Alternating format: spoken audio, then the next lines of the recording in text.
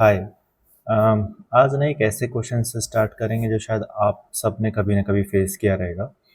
Let's say आपको एक company का शेयर लेना है, ठीक है? एंड आप रिसर्च कर रहे हैं, आप ढूंढ रहे हैं कि देखिए कौन सा शेयर लेना है।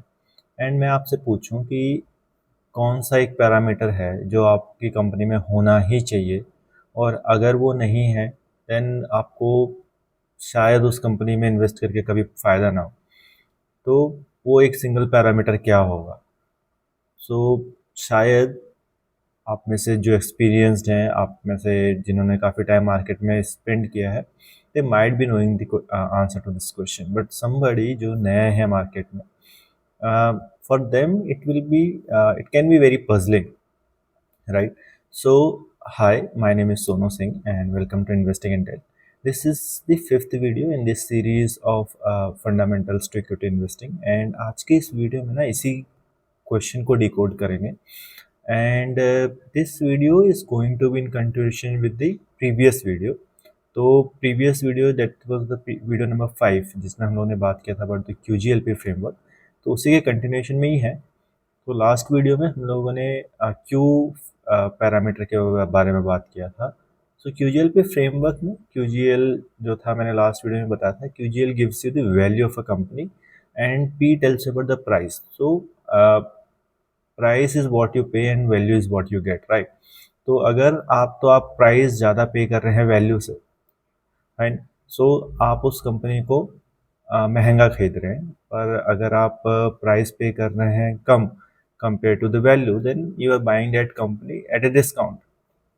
सो एज अ रिटेल पार्टिसिपेंट और द स्टॉक मार्केट पार्टिसिपेंट ना, आपका ये फर्ज बनता है दैट अगर आप लॉन्ग टर्म इन्वेस्टिंग करें then at least you should not buy a company very expensive. थोड़ा बहुत एक्सपेंसिव हो सकता है, बट अगर आप लंबे ड्यूरेशन के लिए बाय कर रहे हैं, बट बहुत ज़्यादा एक्सपेंसिव नहीं होना चाहिए। लेट्स से अगर आप कोई चीज़ की वैल्यू 100 रुपये पे है, then you should not at least buy it for 500 rupees, because long term में वेल्थ क्रिएशन वैसे नहीं हो पाएगा। सो आज बात करेंगे about the growth factor. Okay, तो जी, सो जो जैसे मैंने क्वेश्चन पूछा था ना स्टार्टिंग में, the answer to that question is growth. अगर किसी कंपनी में ग्रोथ मिसिंग है, growth in terms of revenue, growth in terms of sale and eventually growth in terms of profit, तो उस कंपनी में as an investor doesn't really make sense to invest in that company. However, हो सकता है कि company के जो present prospects हैं या जो पास्ट है, it doesn't really reflect the future growth prospects of the company. So whenever you are you know आप ग्रोथ देख रहे हैं कंपनी की, it is very important that you see the growth prospects of the future. Generally हम क्या करते हैं, हम स्कैनर पे जाते हैं एंड वी सी कि पास्ट परफॉर्मेंस क्या है कंपनी की, and which is true. I mean it is very relevant to the large extent कि कंपनी पिछले 5 साल में क्या किया है, 10 साल में क्या किया है। It gives you fairly good idea about the management of the company and the business of the company. But there might be instances जहाँ पे पिछले कुछ सालों में कंपनीज ने, मतलब किसी कंपनी ने अच्छा नहीं परफॉर्म किया है, बट उसके future growth prospect they are immense. तो उस केस में you should also be looking into the future growth prospects of the company, because stock market is something that will always look ahead into the future. So now अगर हम growth की बात करें ना, तो सपोज अगर आप किसी कंपनी में इन्वेस्ट कर रहे हैं और स्टॉक मार्केट में, then one single parameter that should always be into your mind is the growth, कि कंपनी में ग्रोथ है कि नहीं। You should always be chasing a company who is showing you growth. अगर किसी कंपनी में अगर ग्रोथ रुक जाता है, अगर किसी कंपनी में ग्रोथ नहीं है और it has gone stagnate, then it is a high time that you get out of that company. Now why हम बात तो कर रहे हैं कि growth, but why it is so important, ये जानना बहुत ज़रूरी है। तो पूरा ना जो सिस्टम है, like it is about the valuation of the company. So growth is a parameter जिसका कंट्रीब्यूशन, सो QGL फ्रेमवर्क में जैसे मैंने बात किया था, तो एल जो QGL है, the together give the value of the company.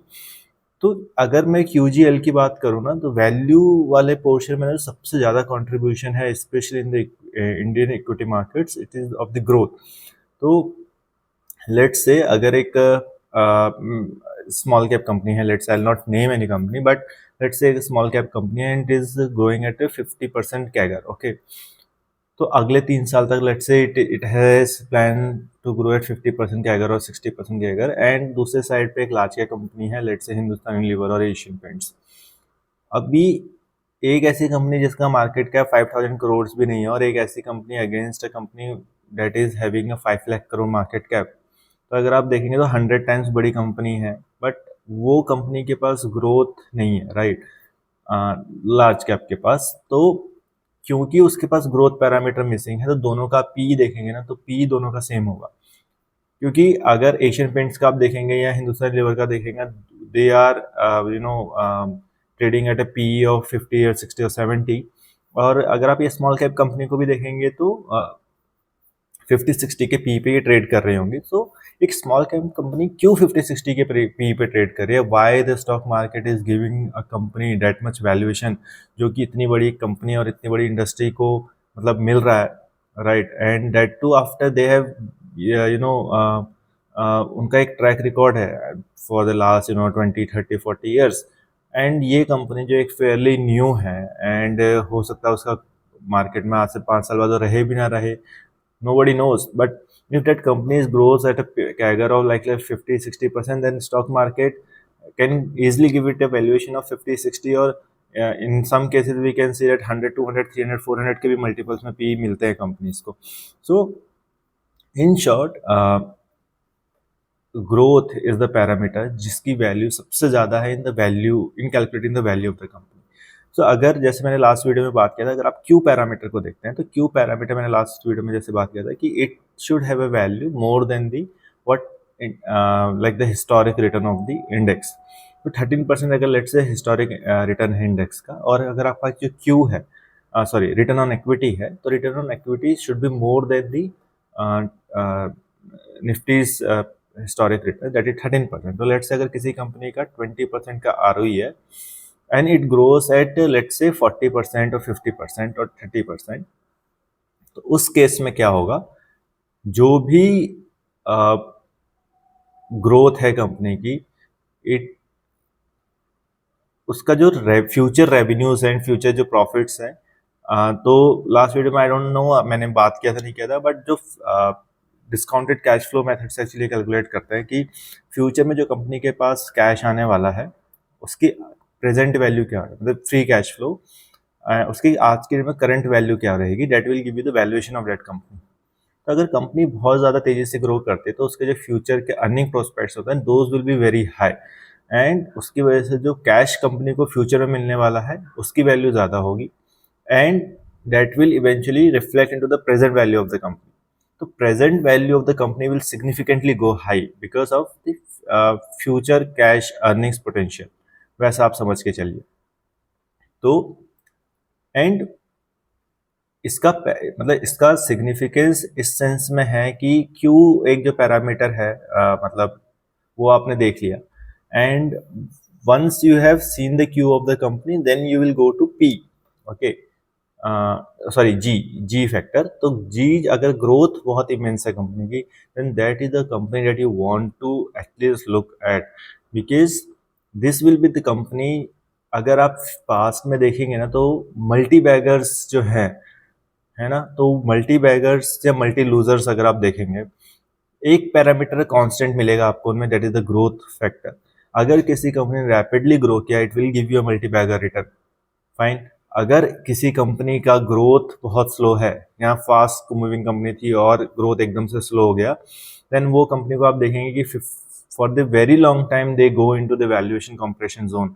तो सपोज लेट्स से अगर आप एक कंपनी है जिसको 10 के पी पे खरीदा है, एंड उसका ग्रोथ प्रोस्पेक्ट क्योंकि बहुत ज़्यादा है, तो लेट्स से 50% कैगर पे वो ग्रो कर रही है, तो 3 साल के लिए लेट्स सपोज आपने पी ऑफ 10 पे खरीदा, एंड 3 साल बाद क्योंकि 50% का कैगर था, लेट्स से उसका पी जो हो गया, it has expanded to let's say 50, right, और 40 लेट्स से, तो 4 टाइम्स तो आपको ऐसे आपको ग्रोथ मिलेगी, और 50% कैगर के हिसाब से अगर वो 3 ईयर्स के लिए ग्रो करेगी, तो 3.35 टाइम्स वैसे भी आपका प्रॉफिट हो जाएगा। तो 3 पॉइंट समथिंग इंटू आप 4 करोगे, तो 12 टाइम्स कंपनी का वैल्यूएशन में इंक्रीज आएगा। आई मीन अगर आपने 100 रुपये की कंपनी खरीदी है, तो वो 1200 रुपये का शेयर हो जाएगा। तो 12 टाइम्स आपको गेन हो जाएगा due to this, purely due to the valuation expansion. So ये एक बहुत पावरफुल टूल है if you can recognise it, कि मल्टी बैगर जितने भी मिले हैं आज तक, they are purely due to valuation expansion. Company को आप बाय करो cheap, okay, and if the company's growth is very fast and the management is fine, then you will see that there will be a substantial valuation expansion, thus leading to a multi-bagger returns. Whereas अगर आप एक बहुत अच्छी company खरीदे, let's say HDFC bank, which was growing at a very rapid pace, like 25-30% का उनका growth rate था, and now if you see the company, they're literally struggling to even get 2 digits growth, like 10-15%, वो भी मुश्किल है। तो उस case में you are seeing that there is a significant valuation compression in stock पिछले 5 साल से 6 साल से, it has been there like where it was. So point मोटा मोटी मेरा ये है आपको कहने का कि growth combined with the return on equity, okay, these two parameters combined you have to see, okay, because this will give you the value of the company, this will help you in actually deriving the value of the company. तो आप value derive कर पाएंगे, then उसके बाद again एक parameter है जिसकी बात करेंगे एल, जिसकी बात करेंगे नेक्स्ट वीडियो में। तो together these 3 parameters will give you the value of the company, and once you get the value of the company, then you should see कि what price you are paying like to get it.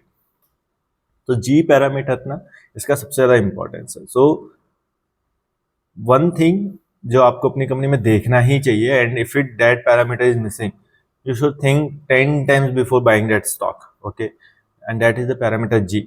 So I hope you got to know something today.